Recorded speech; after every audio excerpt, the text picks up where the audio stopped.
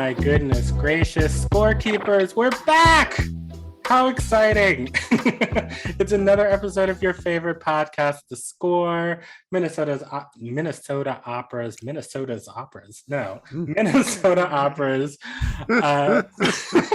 Where do you work? At Minnesota's Opera. But this is the podcast where we talk about opera and theater and pop culture and all that fun stuff from our perspective as three Black opera administrators. As always, I am Rocky Jones, the EDI director here at Minnesota Opera, and I am joined by the wonderful, talented, amazing Paige Reynolds. Hello, Paige. How are you? Hi there. And of course, our Vice President of Impact, the incredible, wonderful, spectacular Mr. Lee Bynum. Hello, Lee. Hello. Do you know my favorite pronunciation of spectacular is spectacular? Thank you, Titus Burgess. Okay. Spectacular. Spectacular. On a day that is not today, I will tell you the story about how I met Titus and the immediate dislike to me that he took. But that's a story for another day. Oh, I'm sure I deserved it. I have no doubt. Ooh, that reminds me, I should tell you my Anna Paquin story if I haven't already. Because she does not like me at all. And quite deservedly so. But we have an amazing show today. Incredible show. Probably the most legendary show we've done to date, because this is the first time I think we have had like a legit legend on our show. Superstar. I am so excited. I'm not gonna lie, I'm a little nervous. I know diabetes roast, we're not supposed to admit to having anxiety or nerves, but I'm a little nervous, y'all, because today we have the incredible, legendary mezzo-soprano, world famous Denyce Graves on the show today, rounding out our Carmen trifecta of shows. She's in town. She is directing our new production of Carmen, and y'all, I'm speechless. I don't even know what to say. Can't wait to tell my mama. Me too. So I have this soapbox that I always get on about how the kids nowadays will call anything or anybody legendary or iconic, right?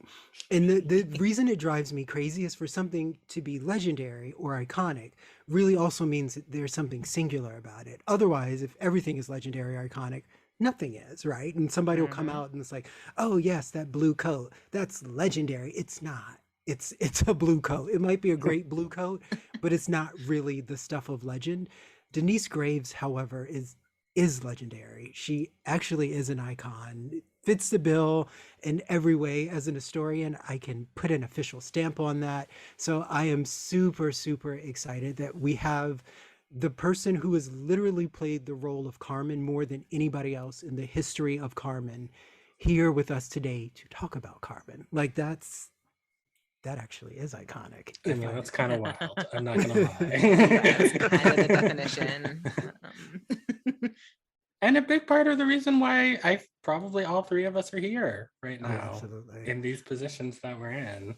Absolutely. So, it was mean, learning about singers that even made me feel comfortable entering any opera space. Yeah, like she gives so many of us. I know I'm not the only one. She's probably given many of us permission to be here and take up space. So, oh my gosh, I'm so excited. I was going to make an air horn noise and I'm like, that's not enough. I need a real air horn.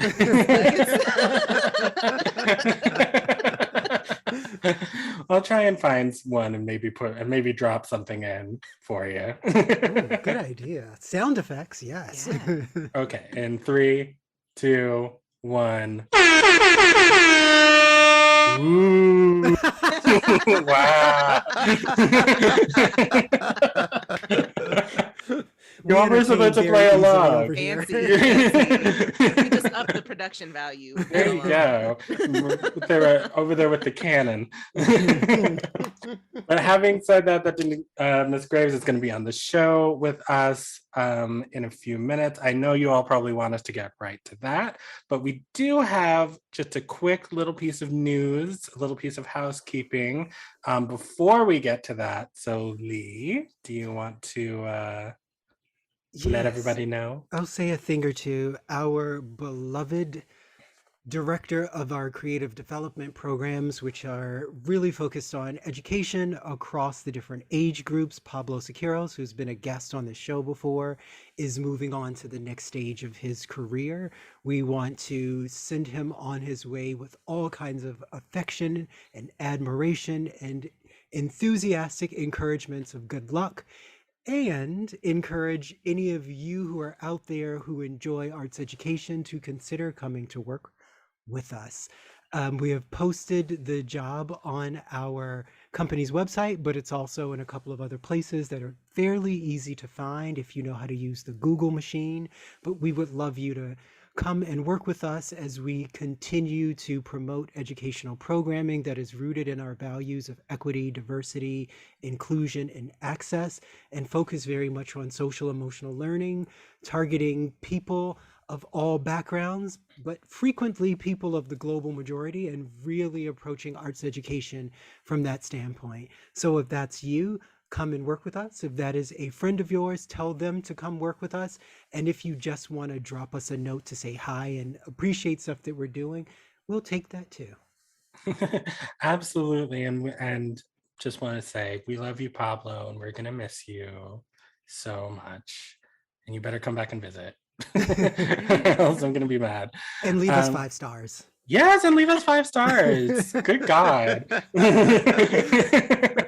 But I also do want to mention that we are still we have a position open for the EDI coordinator position in our department. Yay. So if you want to come and you want to actually help us with this very program that you are listening to right now, we are at a place where we need some help with logistics and scheduling and all that stuff. And also just, helping us think through the EDI curriculum at Minnesota Opera, and helping Lee and I with duties as assigned, administrative things and the like. So please, if you are interested in that, or you know somebody who might be interested in that, that is also at mnopera.org/jobs, I believe, is the right. URL. But whatever it is, I'll put it in the show notes and you can find it there. And you don't have to have EDI experience for that particular role. You just have to believe that it is a thing worth investing in. Absolutely. Absolutely. And we are willing to train and teach and provide professional development opportunities. But yes, you have to not be racist. That would be great. That would be awesome. All right. Well, with all of that said, no further ado. It is time. Everybody sit up straight, straighten your ties, your hoodie strings. I don't know, whatever. Because it is time for Legend to enter the building. And when we return, we will be joined by the incomparable Miss Denyce Graves. We will be right back. Woohoo!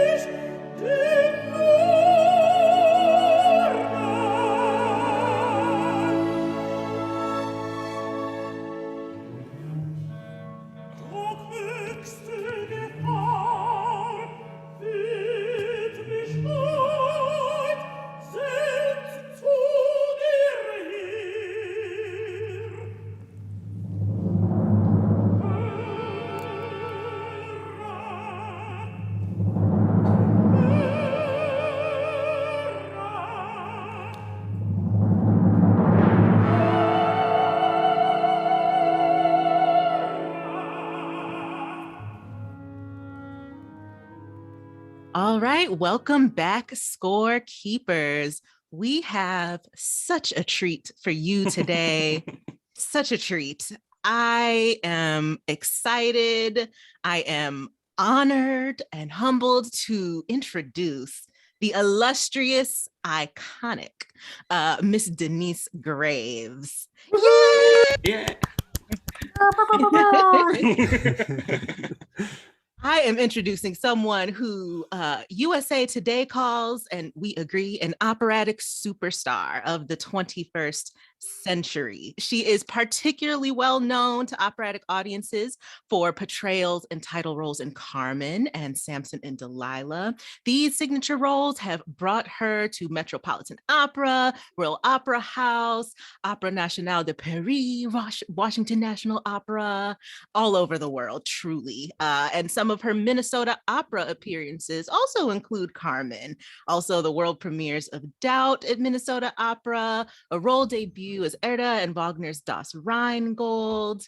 She has performed with the finest symphony orchestras and conductors worldwide. Her repertoire ranges from German, French, and English classical to popular Broadway musicals to jazz to spirituals. You've probably seen her on TV as well. Yes, she has appeared regularly on radio and television. You may have seen her on Sesame Street, on Larry King Live. There is an Emmy-winning profile about her from CBS's 60 Minutes, honey. Like, she is everywhere.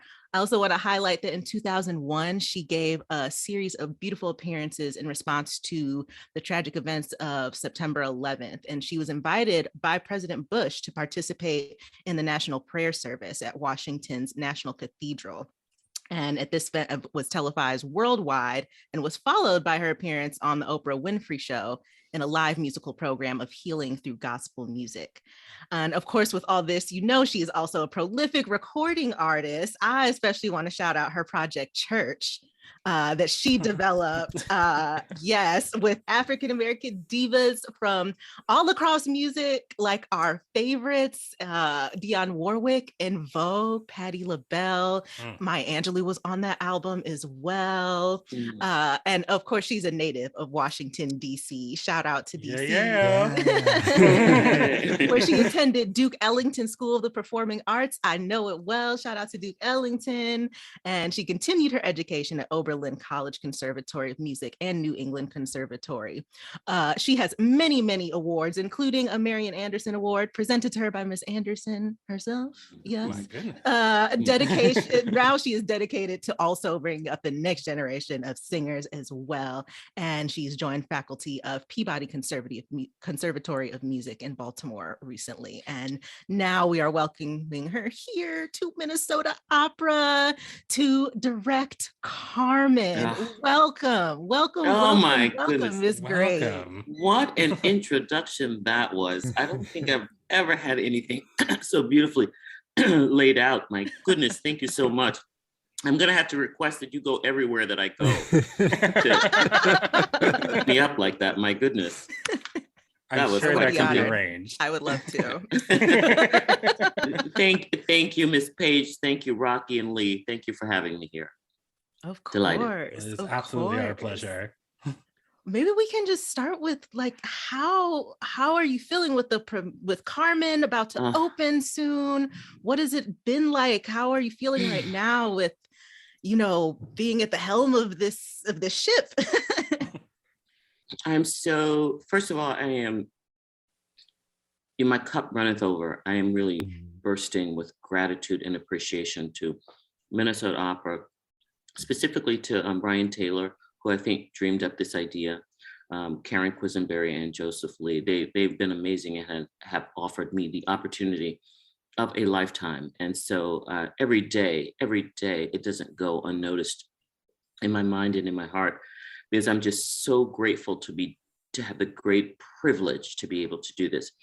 It's going beautifully. It's going so well. I think we've assembled a group of young artists who care, who really want to make a big difference. They want this to be a beautiful production. They want it to be received well. It's like we've all joined forces together to bring our best to this moment. So and it's really happening. And I also have to mention that I've got Eric Schonfogel at my side, who's the associate director and the choreographer, and much more than that. I mean, he and I were meeting in New York every other Sunday to just talk through scene by scene by scene by scene. And he's got so much energy, and he's in there with me, and directing the traffic, because we've got 70 people on the stage, Wow. So it's a lot of it coming in and out, plus children, and so there's a lot to manage. And Carmen itself, is real.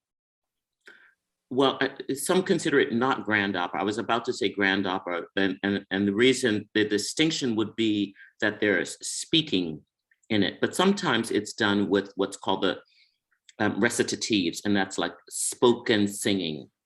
But we're doing it, we're choosing to do it with the dialogue. So that would be the distinction that would keep it from being grand opera. Grand opera means that everything is sung. But as turned as grand opera goes, it's as grand as it gets. It's 4 acts of a mammoth undertaking of singers and children and chorus and orchestra and all dancers, and so many involved to bring about the telling of this incredible story.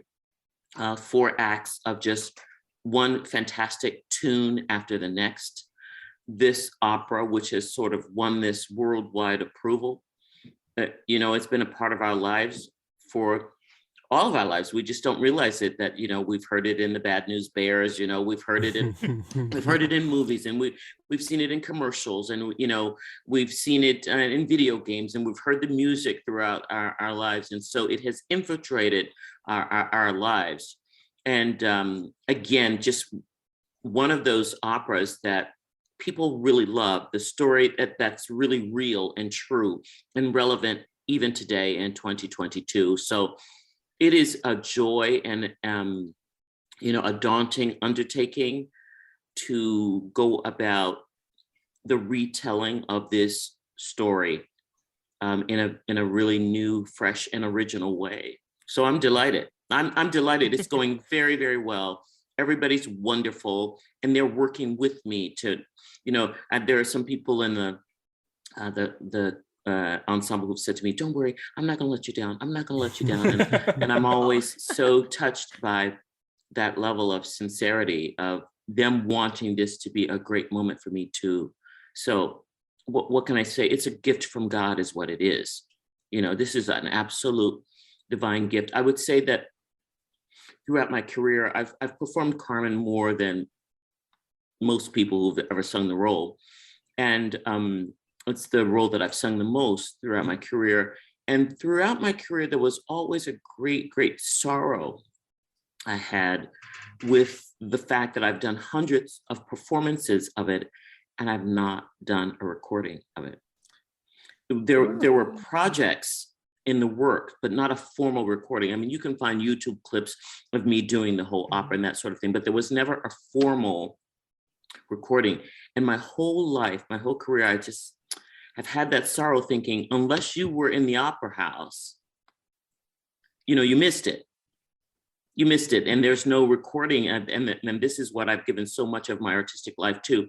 And I felt like this is an incredible gift that came to me to sort of ease that little hurt that's been sort of at the center of my, professional being for such a long time. So I'm just so grateful to God, and I'm just so grateful to be able to have this opportunity to tell this story and to have this production in existence that says, this is a Denyce Graves production, which I can't even believe I just said.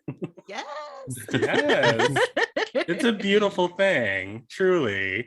And it's so funny. I was at Easter with my in-laws, and they were all like, "Oh, which opera is Carmen?" And I was like, da da da da da da da. There we go. They were all like, "Oh, that one." Oh, I know that. Right. But given that you've sung Carmen so many times, and now you're in this new position as stage director, can you give us a little insight into the production and sort of how you are choosing to approach the material? So one of the things I looked at is what, over 35 years of portraying this woman, what worked for me and what didn't work for me. And what I sort of went into with a lot of energy and what I felt embarrassed by. And so for me, it's really coming from through the perspective of Carmen's point of view for who she is. If we look at the woman that is the essence of who she is, the undecorated one, not the facade, not the stereotypic one, but who is this woman? Who is she really when nobody's looking? Who is she when she first wakes up in the morning and there's no hair and makeup done? Like, who is she? And so it's really coming from the perspective, well, the first thing that I did was go to the literary source, because that was really important to me. And there were some questions that I wanted to answer for the audience. Those questions that you may have when you leave there, well, why did this happen? And when did that happen? And why did that happen like that? So one of the things that I wanted to do was to answer some questions, but I went right to everything that we do is story-based. So that's what I want to say. With the exception of Micaela and Escamillo, which are two principal roles, they were not part of the original story. They were created as foils for Carmen and Don Jose, but they weren't part of the original novella of the novel that this work comes from. So I went there first and I started looking at who she was. And so it's taken from the perspective of from the Roma culture and the traveling culture and what that community is like and why she is, even in that community, an emancipated woman and someone who is a bit of an outlier, who's someone who is a bit of a rebel, even inside of her own community. She certainly is in larger society, but even within her community, she is this very liberated woman who poses a great threat and danger because she pushes out there who she chooses to be. And she's unapologetically who she is. So she doesn't conform to any sort of social norms.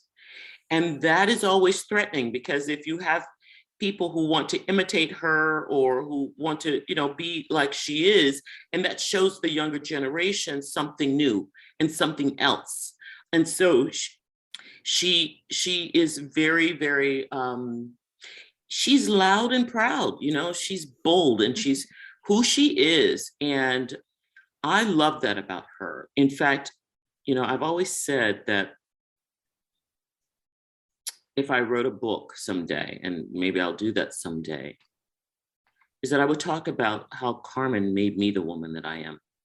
I don't think that it was by any mistake that I've had this long walk with her.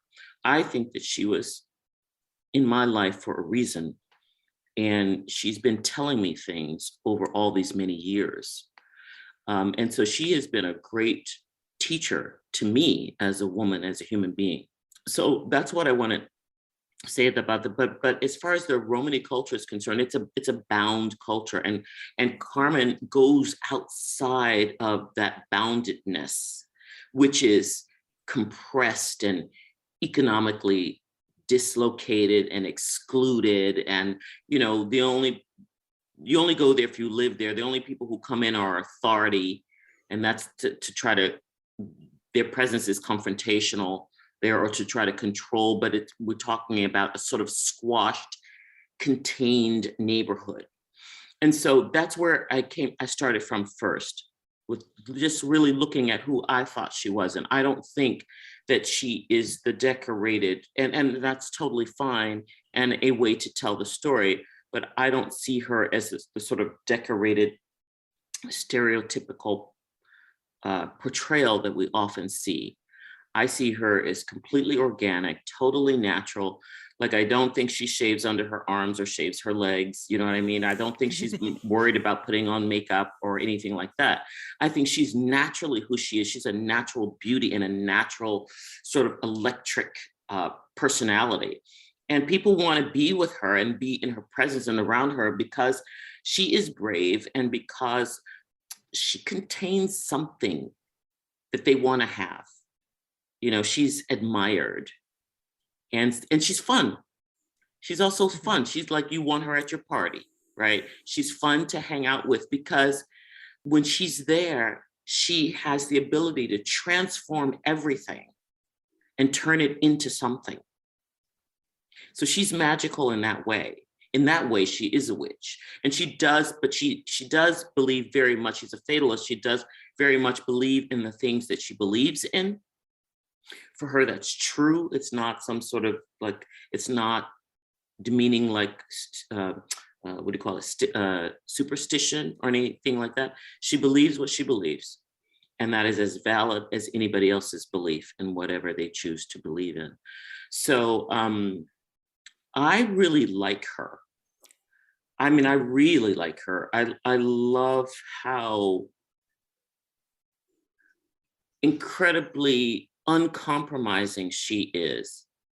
And I wish I were like her. And I think this is one of the things that she's been teaching me, to just be who you are.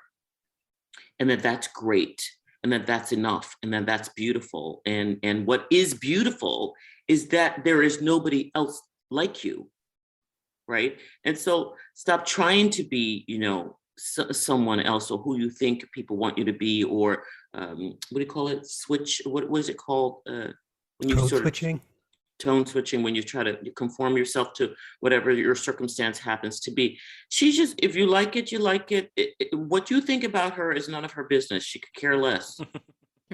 And I love that about her, right? So I admire that about her. And I think that was one of the things that she was there in my life to teach me. But she's gritty, and she's raw, and she has power. And I think she can use her sexuality as a weapon when it advances her, as it enables her to get what it is that she wants to do. She's a slickster, she's crafty, right? She knows how to find her, she's resourceful, she knows how to find her way around. I mean, she's part of this traveling culture, so she's super smart. She spoke many languages, right? She knew how to assimilate into whatever culture she was dropped in, and she would always people would still know her name, whether she was in Egypt, whether she was in India, whether she was in Germany, whether she was in Italy, whether she was in America. No matter where she was, you would still find out about her, because she was an incredible force to be reckoned with. And that's what I love about this gal. She's just amazing. And she has the ability to galvanize everybody that's around her and take any moment and turn it into the most exciting, festive thing, because she's living out. It's like an animal, right? Like, I take my dog out, and my dog is out running, and that is just pure happiness. It's nothing else but happiness. And how many of us can totally surrender ourselves to that entirely? Yeah, but we're thinking about this, and at 2:00 I got to do this, and I got these bills to pay, and I got to return this call, and I've got all this stuff that I've got to do. We don't give ourselves like we see in children, like when they're laughing. I remember one time I was on an airplane, and there was a lot of turbulence, and it was scary. It was like one of those moments where you see your life flash in front of you, and I just think, oh my God, is this it? No. And you could feel the energy on the plane, like everybody was scared. But then these two kids started laughing. And I swear they saved our lives. They saved our lives. Because they were laughing, they were, ooh, every time we hit something. And then people started laughing. And you could feel, it was palpable. You could cut that tension on the airplane with a knife. But those kids saved us. They were little angels that day. And they helped us everybody get through that flight, right? And so when you see that kind of abandon, like, how often in our lives really are we able to live in that kind of truth with that kind of abandon? Hardly ever, except she does. She does. If she loves you for that moment that she loves you. And it's real then.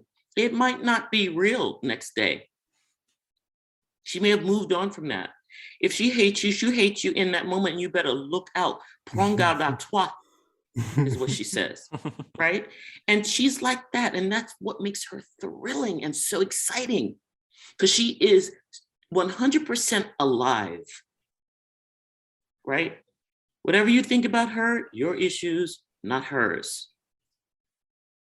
I want to be like that. Sorry, I do. It's like you're describing a superhero or something. Right. Yeah. Like, I don't know who Yeah. wouldn't love Carmen after I that. know. So I had the wonderful pleasure of being in the rehearsal room for a couple of days about a week and a half ago, and I was really taken by the deft hand that you had with the cast and the approach you took. I was watching very closely when you would speak with Maya or Wanwi, and I could hear the kinds of things you were saying that were really about character development and also building the relationships between the characters. And you know, it was really wonderful to see because you did it in such a thoughtful, knowledgeable, warm way where I could also feel the affection you had for the piece. And I think that that lends a lot of support to something I know Rocky and Paige also feel strongly about, which is that our industry needs to see more Black women directing opera. Could you share how a move in that direction with more Black women, more women of color directing could be beneficial for the whole art form? It's a whole other perspective. It's a whole other perspective entirely. You know, one of the things that we say at my foundation, at the Denyce Graves Foundation, is that we want to provide a space for people to be in the room at the table, right? I would say this, that I believe that most people in the world are good, honest, and decent people. But then we've got the other few, right? The rascals. Mhm. And people don't know what they don't know. Like, you don't know what you don't know, right? I mean, I was 13 years old and I said I wanted to be an opera singer. I had no idea what that meant. I didn't know what that meant. And one day I want to get married. I had no idea what that meant. You got to be in it to know it, right? You can't read about it. You have to experience it. And until there are other perspectives in the room, you don't realize that you've got a blind spot, and several of them.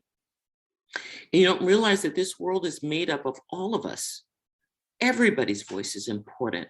There is no one voice more important than somebody else's. God created every single person to be individual, to bring something to this human experience that we're all having here. And particularly now in this era where we're in this sort of consciousness where people are really looking at belonging, and it's so interesting how the pandemic stilled us all. Okay, pause globally. Okay, everybody, we're gonna take a chill pill like everybody. We're gonna be quiet right now. And we're gonna see what we see. And people could see unfolding pandemics on many different levels, right? Now, we've been saying some of it the whole time, but the great fortune is that now people have cameras and people can see for themselves. Like, we're not making this up. We've been saying this the whole time. This thing is happening, right? But people could see it for themselves. And I'm going to say something may get me a little bit in hot water because I don't know if you're red or blue, but I remember after the last election, some of my friends said, like, this is not the country that I thought it was. And I was like, it's the country I thought it was. But, you know, but some people were shocked. And I understand that. You don't know what you don't know. But until you come out of your comfort zone, until you stretch out across the aisle, until you meet somebody else who's not like you, all you've got are these stereotypes. Yeah. That's all you've got, right? And so I'm saying all of that to answer your question, like, why is it important? Because the world is made up of all of us, and everybody has a unique and important story to tell and a very different perspective.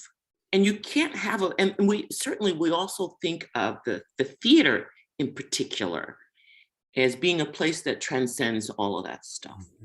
When you listen to something beautiful,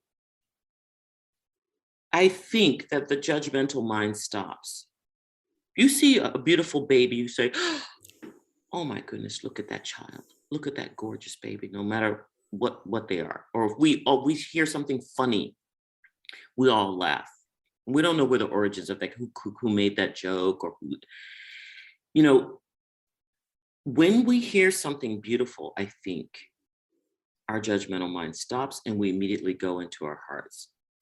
And that's another thing that the pandemic really showed us what was essential, right? Because what were we doing? We were reading books, we're listening to music, we're watching movies.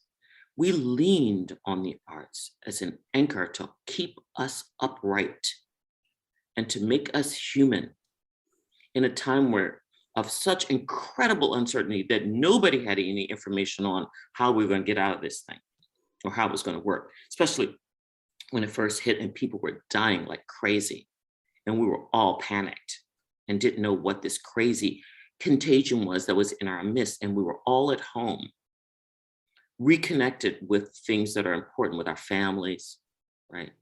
With our friends, with art, with all of that. And it's really not until you have the opportunity to really look outside of yourself that you can really appreciate that our experiences here are greater than just our life experiences. There's something going on here that is greater than who we are as individual human beings. And that's that. You mentioned Maya Angelou, to quote, "We are more alike than unalike." The thing that binds us together are our humanity, are our love, our hearts, the same, all of the things that we all share in the whole wide world, right? But people have all kinds of different experiences. Like, you know, you can go to the store one way, I can go another way, and on that route, something happens to you that does not happen to me, and I have a very different experience. And we bring that because it reminds us. Why is it important? Because it reminds us that we're more alike than unalike. It reminds us that you might be Asian, you might be, I don't know what, you might be French, you might be Black, you might be white. The thing that connects us all together is our humanity, right? There are so much that we share across the board. I don't care who you are. Everybody wants their children to have a good life. We all want to have good lives, right? We want that for our parents. We want them to be healthy. We want them to be happy. We want that for ourselves. We want that for the people that we love. We all want that. Everybody wants the same thing, right? But when you see that people do life and have very, very different life experiences, what it does is I think it makes you more compassionate. I think it makes you a more tolerant and compassionate individual. And then you don't judge and say like, oh, all Asians are like this, all Black people are like this, all white people are like that, because you have experiences that tells you differently. But until you have those experiences, all you have is the conditioning that's out there. And it's out there. It's out there. My girlfriend was telling me the other day that her little daughter, who's 3 years old, said, she was talking about a little girl who had short hair and say, well, all girls are supposed to have long hair. Now at 3, she got that message from somewhere. It came through loud and clear. It's a lie, but that's what she received. And they receive everything else too, right? And so that's why when the cop asked that white policeman who killed the Black boy, why did you do it? And he said, I don't know. I totally believe him. Because somewhere he got the message in the bedrock of his foundation, that Black men are evil and dangerous and to be feared and all this stuff. That's why it's so gorgeous to see, Lee sitting there with a beautiful, talking about this story with this beautiful, Carmen picture, and to see, Rocky there talking about opera and telling this story and bringing this story to the masses, because we don't see you doing that. We don't see your faces doing that. We're happy to see your faces in all the films that'll show every scene in jail, mm-hmm. or hanging out on the corner, or all of this stuff that we have been just inundated with our whole life, this incredible lie that everybody drank the Kool-Aid from, everybody, including us. Yeah. That's the most dangerous part, is that we believe we're not supposed to rise to a certain But I think that has changed. And I think that is changing. Look at these 4 beautiful, beautiful brown faces. It breaks my heart wide open. I could cry talking about opera, which some people consider to be a white European art form, right? Like, what are you doing there? We can accept that you could sing hip hop, right? Or gospel music. We can accept that, but we can't accept this, right?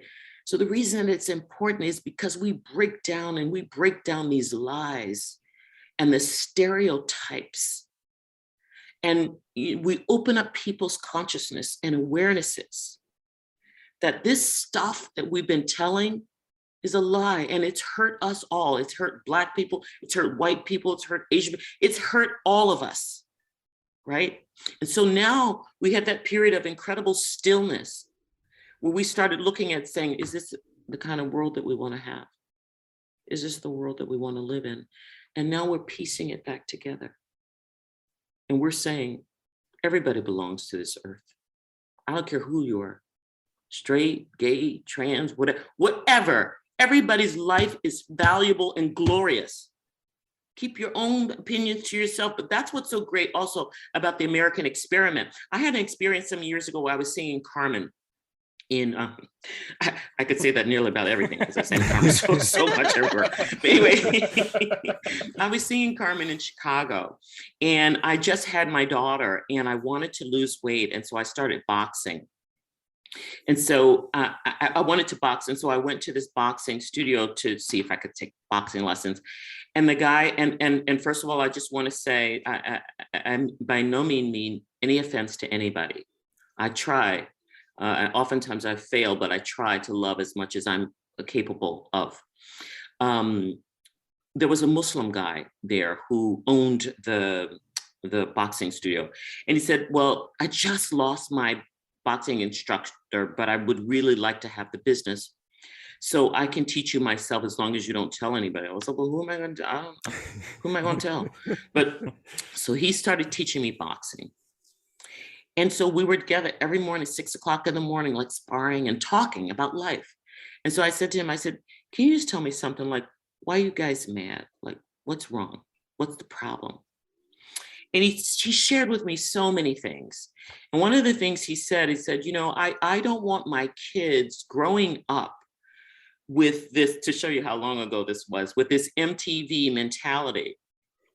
You know, with these women walking around, you know, in these short skirts and depicted as these sexual objects, not wearing any clothes, and they're all whores. And I said, well, I know what you're saying. I hear what you're saying. I do. But just because they're wearing a mini skirt or whatever doesn't make them a whore. And even if they were a whore, it's the right to be a whore. And what we're saying in America is this: give me your tired, your poor, your huddled masses yearning to be free.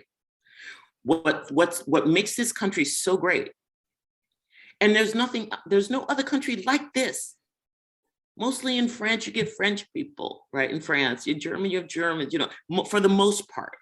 In America, we've got everybody here. And what we're saying is, be who you are. You might not like it. You might not agree with, you can serve whichever God you want to, whatever that is. You have the right to do that. What we're saying is, you have the right. If the woman wants to wear a short skirt, that's her right to wear a short skirt. I hear what you're saying, that you don't want your little girls looking at that and to admire that and become like that. Dolly Parton said, I heard Dolly Parton in an interview once saying that she was on the front porch of her house in the South, and there was this lady walking down the street with a red dress on, cut all the way down to paradise with everything hanging out. And her mother said, look at that whore. And Dolly Parton said, she said, that is exactly what I want to be when I grow up. Right? So what I was saying to him, I said, people have the right to be whoever they want to be. You can be who you want to be and serve whichever God is meaningful to you. And I can serve whichever God and do whatever I want to do. And that's what we're doing here. And, you know, we were boxing. So I said to him, I said, you know, it's a shame. You should come to the opera. He'd never been to the opera before, and that wasn't something that he was used to doing.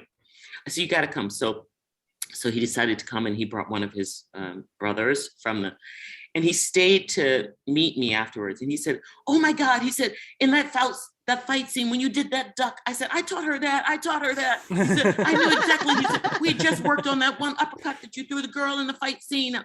And I could tell that he loved me. And I loved him too. And I knew that he would never say it. We could never make such a profession, but he had affection for me. I had affection for him too, even though the parameters or the constraints or the laws of his religion would not allow him to profess such a thing or to have our interactions go noticed or anything like that. The truth is that we found some commonality, but that was only because we had the opportunity to meet each other and to be together. I would be the poorer without having had that experience. At the end of my time working with him, he gave me a Quran and he wrapped it up in this cloth that he kissed. And I could just cry thinking about it now. And he told me that this book was holy and sacred, and that should be placed on the highest shelf in your house. So he said, if you have it on a bookshelf, it should go on the highest shelf, like nothing else should go above it, because there's nothing that is above it.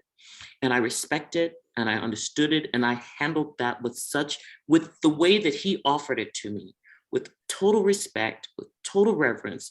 I kissed it and I thanked him for that. It is today on the highest shelf in my house. And every time I see it, sometimes I look through it, sometimes I read a little bit. But that incredible gift that he gave me remains with me today. And that was 18 years ago. Mm-hmm.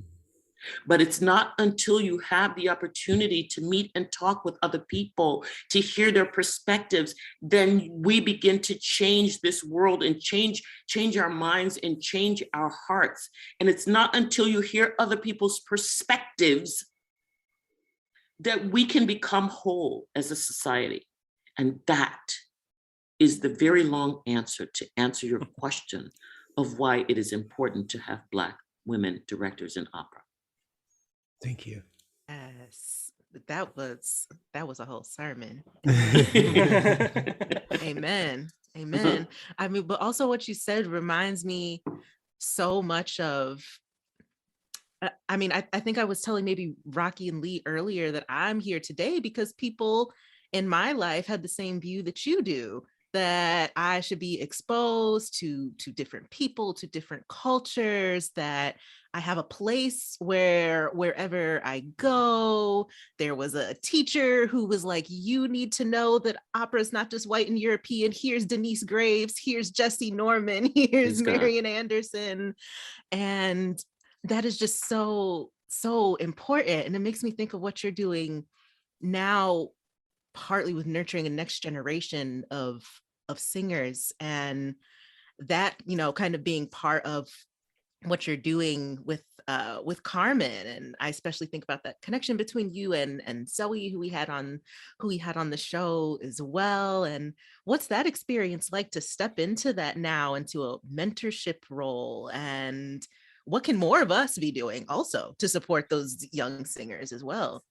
So I feel, first of all, like my heart is going to burst, like when I look at those beautiful young women. And also my student, Simone Harcum, plays one of the lead roles in the opera. So for me, every time I look at her, I'm on the verge of tears. I just can't even believe that little girl who came into my studio, we started giving voice lessons for, like, now we're actually working together. I can't even believe it. Okay.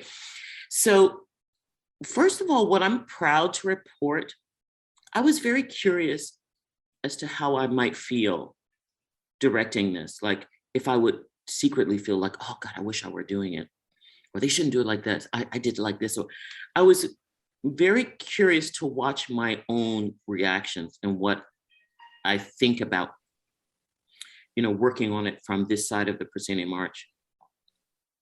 And I am so delighted to report there isn't one iota of any kind of envy or jealousy or anything. I feel like I'm so happy. First of all, they feel like my children. And I'm so happy, 100%, like the little kids. I'm so happy for them. And I'm so happy for their success that I would say that was probably one of the biggest surprises in my life when I started teaching, because it just takes so long to build this career. It takes so long, and it takes everything that you've got in you, and it takes a lot of tenacity and just sticking with it, and constant teaching and constant learning and constant coaching and constant everything. It's fatiguing. And then when you finally get there, you're worn out. You're just so tired. You're like, you want to take a nap. You're like, woo, So I've always been so myopic and focused on my own career that when I was asked to teach, I didn't think I could possibly, care more about somebody else's career over mine. But that's the case. I fell in love immediately with each one of my students. When they succeed, it feels like we all succeed. It feels like I'm like, that's my student. My student did that. Like, I taught her how to do that. And whenever they have so-called failures, because I don't believe that there are any failures, but anyway, when there are disappointments, I'm as disappointed and cry with them and the whole thing, and get angry, for somebody not seeing their brilliance or their beauty. I get all mad. So I feel that way with this group of individuals that are putting this together. First of all, they're coming to it wanting to offer their best. And I know that, and I can see that. I can see them working. I can see how they grow from rehearsal to rehearsal. I can see how they refine some things. And I can see, this is the part that makes me want to cry. I can see them look at me from their eyes, looking for my approval, looking for what I think about them. That's the part that kills me. I see them. So I love them, right? I love them. And I'm so, so happy for them. So about that, this all has been a gift to me. Like, this is, I believe in God because I know God is real, because I know it, not because I read it, not because anybody told me, because I have seen the face of God every day of my life. And I know it's not popular, and I know it's not sexy to talk about, but I'm here because I know that this is God's work on my life. I know it. And it's God's blessing on me, because I sit there and I have this beauty just cover me all day long. And I swear to God, I swear it's healing me. It's making me a better person. So I don't know what God is crafting me for, but this work is part of it and helping me along that journey. So I am so happy for them. I'm proud of them. I'm proud of what they're bringing to this. I'm proud that they're going to make me look good. Thank you very much. Child, yes. Yes, because they're going to bring it. They are going to bring it. And I know everybody's like, well, yeah, Denyce, she's cool. We like her and everything. She's a singer, but like, is she really a director? And so I think that, everybody bringing the best that they have to this moment is going to show the kind of chops that I have. And I've had a broad experience with this opera in particular. And I do have a point of view and something to say about it. Well, I am just sitting here and I'm listening to all of this. And I think about, I'm the EDI director here at Emin Opera. So my job really is to look at the systems and the procedures and the policies and, doing what we can do to make sure that everything is in alignment with anti-racist values, that we're creating spaces of authentic belonging. And I think about you coming into this space, directing Carmen. I think about Simone. I think about Zoe. I think about all these incredible artists of color who are coming in to do their thing, and just the richness of it all, just the grandeur of it all, just how beautiful it is that we've been able to cultivate this space. And I'm just wondering, we have a lot of opera industry folks who listen to the show.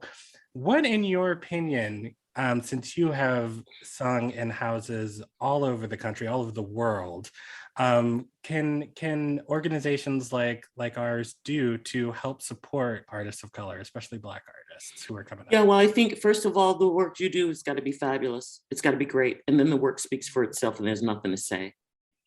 There's nothing to say. People have to come to this production. They have to see those fabulous women up there killing it. And the work will speak. You don't have to say anything. All you have to do is be excellent. But being excellent takes time. It takes nurturing. It takes work. It takes not giving up.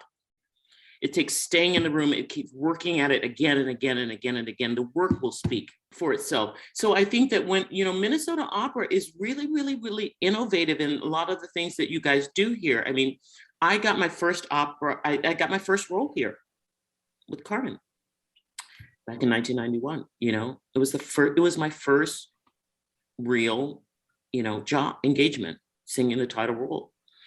And since that time, I've come back over the years for concerts and for different things that I've done with Minnesota Opera, apart from the Opera House.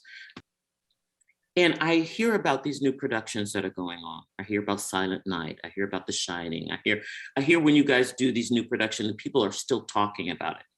And so Minnesota Opera has really been a leader in that, in the way of championing new works and celebrating works by unknown composers or young composers or world premieres, that sort of thing, and really giving everybody an opportunity. And the idea of extending the invitation to me to come to direct Carmen is really something incredible and amazing. So I think that the thinking here is very innovative, and people are really looking at how they can make their mark in the industry. And I think it's happening. I think it's 100% happening. So I think, but with respect to people of color, women of color, I think you gotta first of all, yes, I'll tell you something. When they offered me this invitation, I thought about Eric Schoenvogel, who's the associate director and the choreographer, because I'd worked with him before. And I loved him and I loved his work, and I just think he's brilliant, and he is brilliant. And I put a bunch of names together, and I called Francesca Zambello, who is the artistic director of Washington National Opera and also the general director and artistic director for Glimmerglass Music Festival. And I didn't know at the time that this production would be a shared production between Minnesota Opera and Glimmerglass. I called Francesca as a friend, and I said, "You won't even believe what just happened."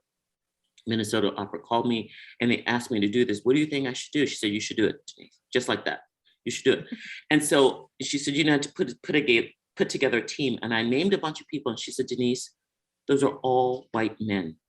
She said, "If you show up at that engagement with all white men, child, you're gonna have to leave this country." And I said, "Well, isn't that interesting though? Because that's all I've worked with. I'm talking about the people that I know. These are all the people that I know. Where are the Black women? Where are they at? Okay, where are they?" Mm-hmm. And in this process, I begin finding them and discovering them. And I'm happy to report that out of maybe the 6 or 7 people that I contacted, they were all working. They were all working. So that's good. I mean, that experience showed us so much. And I said, well, look at what's happening now. They're working, and I know about them. And maybe for, another engagement, we can do something together. I don't have all white men. Not that there's anything wrong with that, because I love white men. But there's a mix of all kinds of people that are together on this creative team, right? And fortunately for us, Juana Botez, who is the costume designer, is from the Romani culture. So she comes to us with direct experience about it. That's by no accident. I'm sorry, that's no accident that she happens to be that's what I'm thinking, that how we should tell the story. And she happens to be raised in the Roma culture. So she is the authority right there about what it is that we're doing and how we're doing it. So I think that what needs to happen is what you're doing right now. This podcast needs to get out there.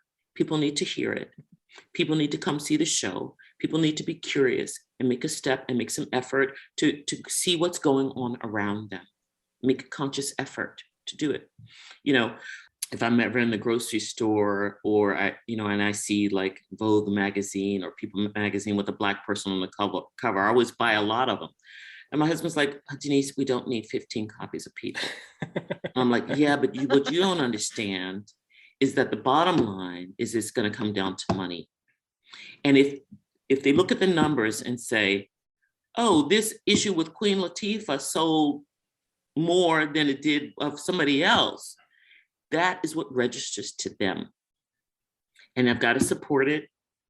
And this makes the statement. So people have to support the work, right? But people've got to hear about it. And that's why it's so important about what you're doing, because you're going to air this and then people hear about it, they learn about it, and something opens up and says, gee, I never knew that, or I never thought about that in that way before. And it creates a curiosity, or in some people, an incredible discovery into something that they'd never thought about or imagined before.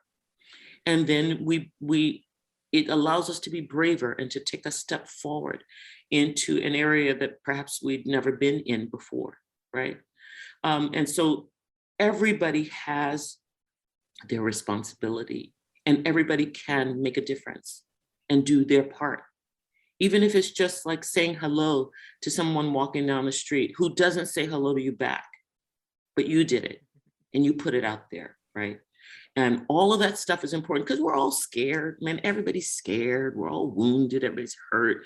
We've got stories. Everybody's got like incredible stories that they can tell you, right? To break your heart, everybody. Part of the price of being here on the fabulous planet Earth is that you got to go through stuff. And I don't care who you are, you're going to walk through some turbulent waters, everybody. Mm-hmm. You don't get out of here alive, right? You got to go through it. So we all share that too. And it takes brave people. It takes Ryan Taylor to say, let's offer this to Denyce Graves. Every time I look at him, I just, I want to like smother him in kisses, because it's been the experience. It's been one of the greatest privileges and joys of my life. So just amazing. I would just say that people just have got to get out there. Pieces like this have got to get out there, got to get air. We need to see your faces. We need to see Lee, we need to see Rocky, of course you, Paige, but we certainly need to see the men out there doing things that we don't see them doing normally, traditionally, see them doing, because that will begin to change. And then we won't be saying, what is it as an African-American woman to do this? We'll just say, what's your experience been like, Denyce? And I say, it was fabulous. I loved every minute of it. It was great. But we have to make that distinction right now, because we live in a place where it has not been fair. It just hasn't. It's been disproportionately leaning one way. Come on.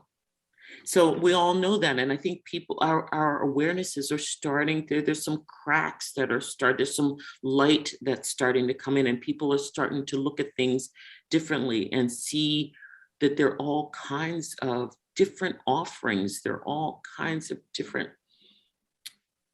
that everybody and each life is valuable and has something to offer that we can learn from. Amazing. Well, I'm looking at the clock and it looks like, unfortunately, our time is up for today. I wish I could sit here and ask questions all day. Truly. Truly, seriously. Thank you so much, Ms. Graves, for being with us on our show today. I know I keep saying this, but it truly is just an honor. We were saying the other day that all three of us probably wouldn't be here if it weren't for you. 100%. Praise God. And watching you. Isn't that something? Isn't that something? And I grew up in Washington, D.C. We all know about the D.C. and Southeast. This little teeny scared girl. And look at what God has done. Mm-hmm. Isn't it wonderful? It's incredible. And all of our lives are examples and can be used all the time. And they are, so what a privilege to be alive. What a privilege to be healthy. What a privilege to be here. What a privilege to be with you, fabulous three.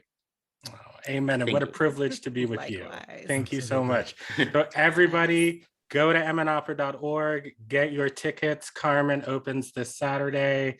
It's going to be an amazing show. Cannot wait to see it. It's going to be so beautiful. And thank you so much for being here. This was You're welcome. such an honor. Such an honor. Mhm. We will be right back. Thanks so much.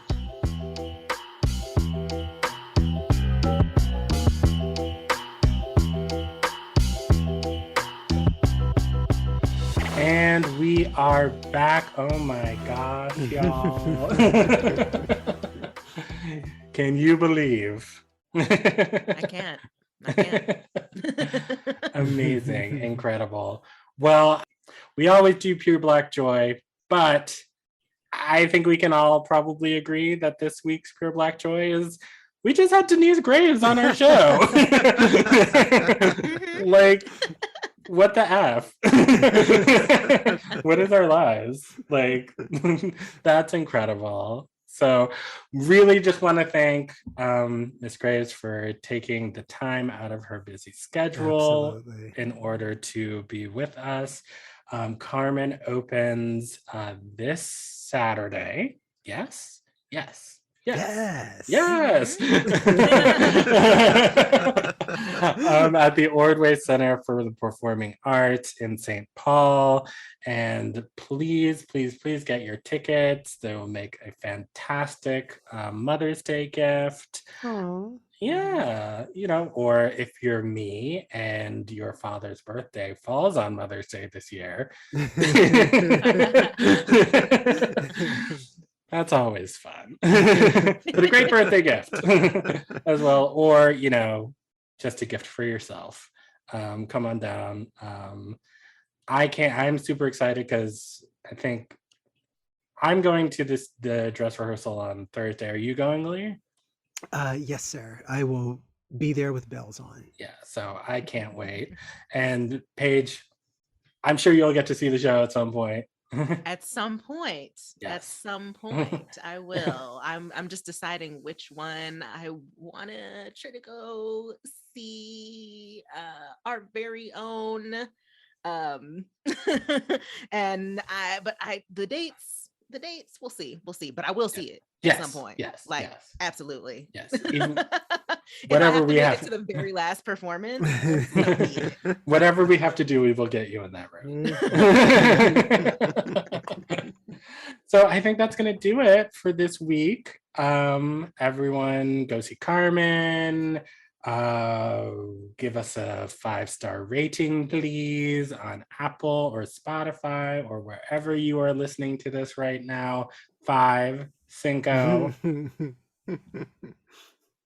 I'm not playing. And subscribe and share us with your friends. And please write into us with any questions, comments, concerns, whatever, at the score at mn. Why can I not? Why can't I say Minnesota Opera today? What's going on? Email us at thescore@mnopera.org. THESCORE@MNOPERA.org. I can't talk, but I can spell. GD it. All right. So before we go, any words of wisdom? Y'all. I should be better at this. Go see Carmen. There you go. That's it. Go see Carmen. Get your life. Go see Carmen. All right. And we will see you in 2 weeks. Bye, everybody. Bye.